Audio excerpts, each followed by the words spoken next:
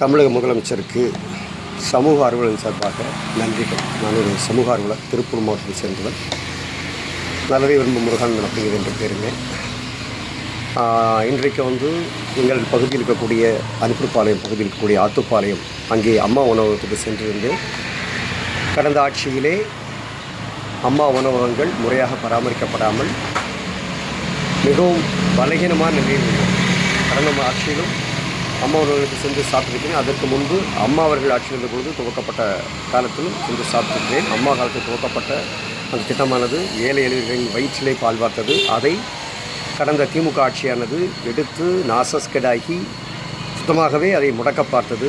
நல்ல வேளை ஆண்டவன் அதை புரிந்து கொண்டு புதிதாக தாவேக அரசை தெரிவு செய்தார்.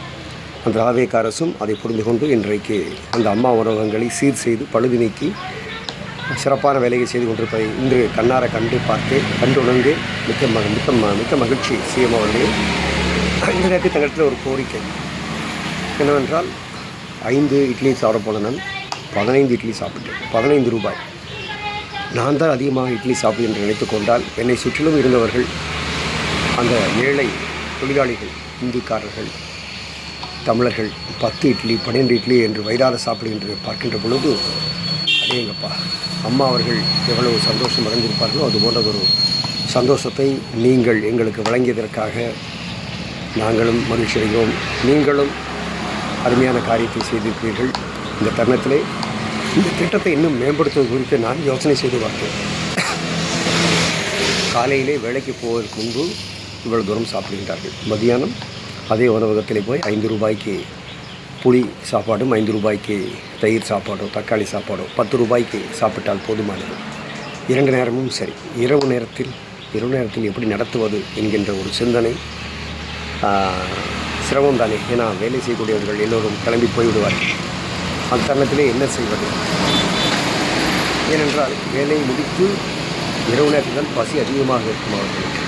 அந்த தருணத்திலே அந்த உணவு அவர்களுக்கு இவ்வளவு மணி வழியிலே நல்ல ஒரு உணவை இதே 5 ரூபாய்க்கு இரவும் உணவு தர முடியும் என்றால் நிச்சயம் உங்களால் முடியும்.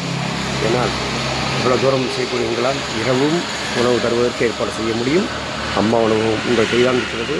மொத்த தமிழக நிர்வாகமே உங்கள் கையில் தான் இருக்கிறது. நீங்கள் நினைத்தால் அதுவும் சாத்தியப்படும். ஆக சமூக ஆர்வலின் சார்பாகவும் அந்த ஏழை தொழிலாளர்கள் சார்பாகவும் என்னுடைய ஒரு கோரிக்கையாக, இவ்வளவு தூரம் செய்துவிட்டீர்கள், முத்தாய்ப்பாக அதையும் செய்தார்கள்.